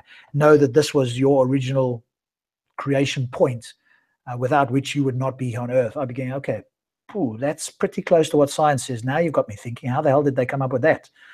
But of course, it doesn't say anything like that. It just says what people would have thought. Yeah, and they would have heard about other science, and there's quite probably people that had thoughts prior to Islam anyway about how creation could have started and did it come from water and so on and so forth. So that's not a stretch to say that, but to say to create it from water, as opposed to, because the other confusion is, no, they contain water. Well, yeah, we know we all contain water, but the verse is very clear that we are created from water. And in my view, that means that water is what started us. Without water, we wouldn't be here. Now, that's true from a containing point of view, but it's not true from a creation point of view. And I think that's the point. So maybe you could cover those at some point, because those are easy ones to bring up. Exactly. This is why these are the quick 3-minute ones. Yes. That's exactly what I'm going to do there. Yeah. But then also what I would maybe suggest, and it's obviously a bit more work for you, but just for people who are interested, is like, what are the typical responses? So when this is what you say, here's what a Muslim would say. But that might be a bit more than you want to do, because I think to help people with this. I bring 1 or 2 counters immediately, cool. Just to nip this in the bud, the most common ones. Because that's obviously helpful. Same with the rolled out as a carpet, and I've heard from a Muslim that most people think in the park is like pretty smart. He's a lion in the park, etc., according to some of his followers. And when I asked about the flat carpet, I got the response, no, but is it flat if it goes up a staircase? Stairs, yeah. Yeah. And I'm like, and I've got to stop for a moment and just think, I'm trying to understand the thought process of my interlocutor. So it like stops me in my tracks for a moment. I know it's not correct, but it's like, I'm almost in that moment thinking, how did you get to that? And does that in your mind negate the fact that it's rolled out like a carpet, meaning it's flat? And so I'm actually trying to psychologically analyze how that response could come out of their mouth. Maybe I'm going too far. Maybe that's not maybe helpful, but sometimes that happens. I'm like, how on earth did you come up with that? What inferences did you put together that those words were uttered out of your mouth that you could come up with that? And maybe I should do that, analyze that afterwards. How could I? Because in the moment it isn't helpful. Although it could be helpful in the sense that I might be able to ask a question about how did they come to that realization. So, yeah. Okay. Shall we? Yes. Yeah. I think that's been. Call it a day. Then I still have a couple of. Not really. I still need. I want to get my video done. Yeah. No. Absolutely. And then let me know, and I'll link to it all. And I still need to work on the stupid setup now with microphones, because now that I've got Windows 10, it seems that it's taking each individual window with a different speaker set. Oh, that's a bit odd. Because I cannot, because I used to use Opera, because you can't use Firefox, obviously. I don't like Internet Explorer. I don't like Chrome. So I thought, let me use Opera. But now Opera is chewing up resources like crazy. So I thought, let me try Vivaldi. But it looks like Vivaldi needs a totally different configuration again. So I need to work on the microphone and loudspeaker thing. So. Okay. I mean, for me, I'm a Chrome fan. I do use Firefox and Safari because I'm on a Mac, but Chrome is the most stable. I've got like 25 tabs open here. And it's not a super fast machine anymore, but obviously a Mac is faster than a Windows anyway, just because of the way that the software and hardware work together. But I've got 25 windows open here, and for me, it's rock solid. It's the fastest browser as well, because when I have multiple tabs in Firefox or Safari, or I've got Vivaldi, I've got another one here, they just kind of slow down where, Chrome is just super fast, and it doesn't refresh all of the tabs all at once as well, which is quite No, neither does Firefox. But I've Correct. got, Jesus, how many have I got open? I don't even know how many I have open. So quick 2, question while 4, 6, 8. Anybody in the chat got any questions? Because we're going to finish off now. So if you've got a last question, put it in now. Otherwise, we're going to bring it to a close. I would thank all the viewers for being here, and obviously thank you to Stops for your thoughts. So again, the conversation will continue, but again, some food for thought here for the two of us and for all of you watching. What is it that we can say, and what sort of conversations can we have to get people to start thinking critically and evaluate their belief system? Because I don't think that most Muslims, apart from some that have maybe regulars to the park and have interacted, I don't think most people have really thought about what they believe. They've just sort of taken it on and kind of accepted that it's all there, and asking them whether they believe it and looking into it. Rob, next time you go to Speaker's Corner, ask the Muslims how they pray to Mecca if the earth is spherical. Raf, that's probably easy. They will just say they use a compass, and they will always be able to point towards east. And so it doesn't matter where you are on earth, you can point in an easterly direction, I'm guessing. No, this is it only works on a flat earth. It doesn't work on a globe. Well, how are they praying then? How are they knowing where to pray? Well, this is exactly the point. They don't. It's bullshit. This is also a video I would need to, Mecca, where art thou? Where I made the graphics for me, which shows that anybody who is sitting on a globe will always just pray into empty space, and that's it. Okay, maybe that will be worthwhile. I've never really thought about it. I assumed there was an app, because I've seen some apps on the App Store where yeah. But are they going great circle? Are they going rum? Which way are they going? The shortest route, I would guess, across the spherical surface. No, exactly, they're not. This is exactly the point. This is why you have the scholars saying, no, it needs to be in this way, so that your ass is not pointing at Mecca at the same time, which there are places on this planet where it's impossible because it's a sphere. But it doesn't, because Mecca is like through the globe. You should be praying like down into the soil at an angle of 32.5 degrees.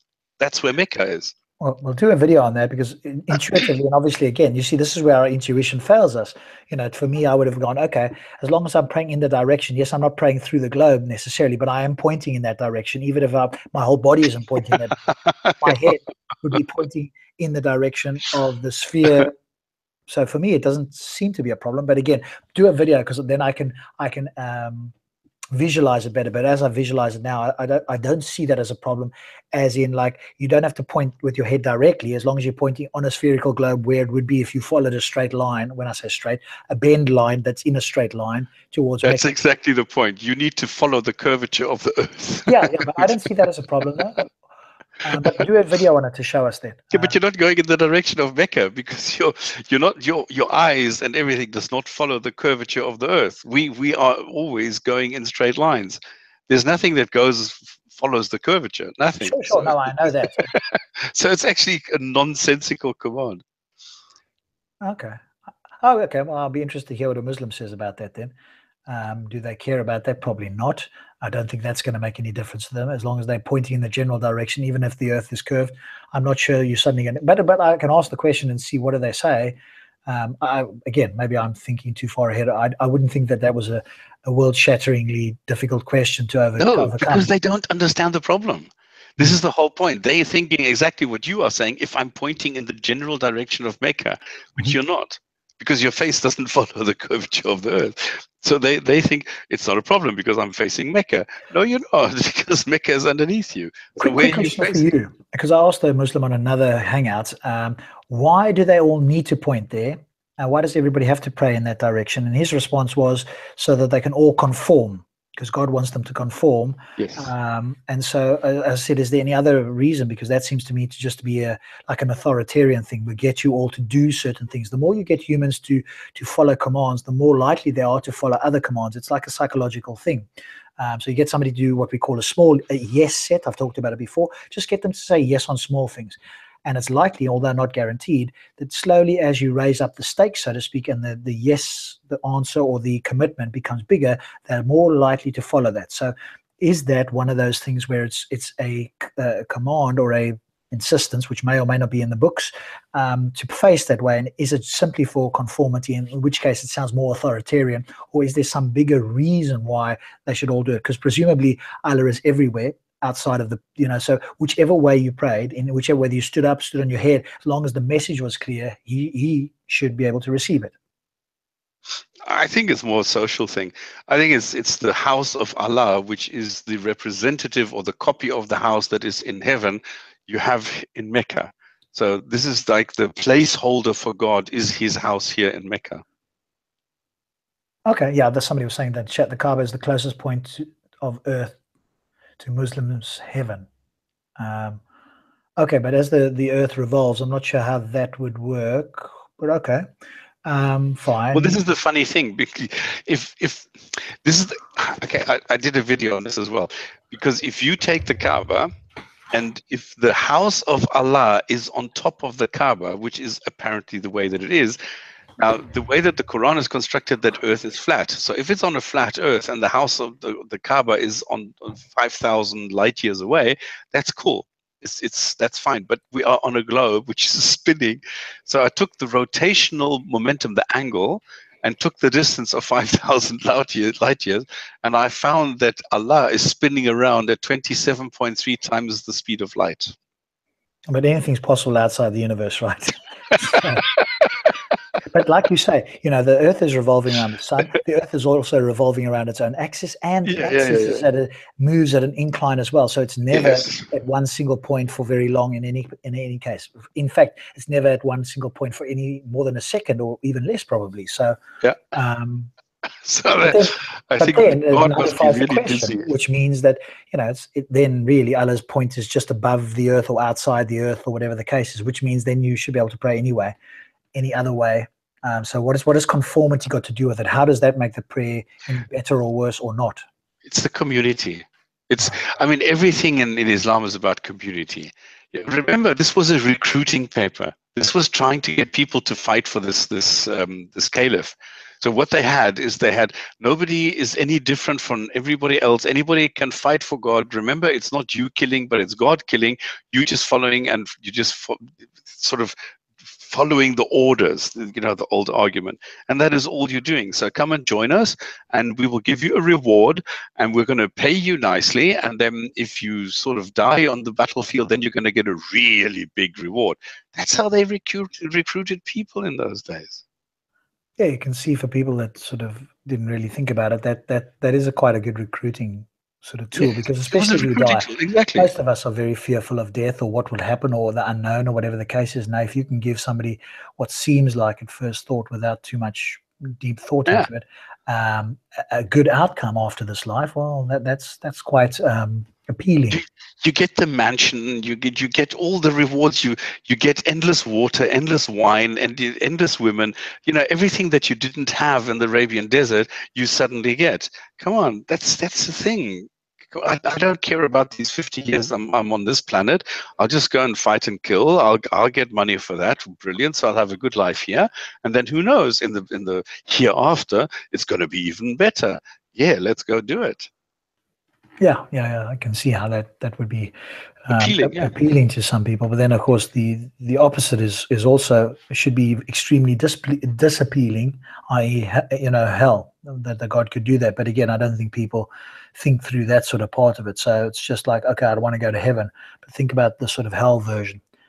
But if you're a believer already, that's not a problem for you. Like, hell is just not something you would think about. You're following what's being told to you. And so like in your mind, you're obviously never going to go to hell. For those of us who are not a believer and we're evaluating the whole thing, both the quote good and the quote bad, you know, that's entirely problematic for us, but not for a believer who thinks that the bad is just not going to happen to them anyway. So they discount that, whereas we look at the whole package, so to speak, and evaluate it from that point of view. Yeah. Good. Stops, thank you so much. I want you to Okay, pleasure. Yeah. Good night to everybody. Thank you to Stops. Thank you to all the viewers, and we'll be back on Friday. Hopefully I will have the guest. I will confirm with him. Otherwise, we'll do a video critique, and we look forward to seeing you all then. So thank you and good night. See you Friday. Bye-bye.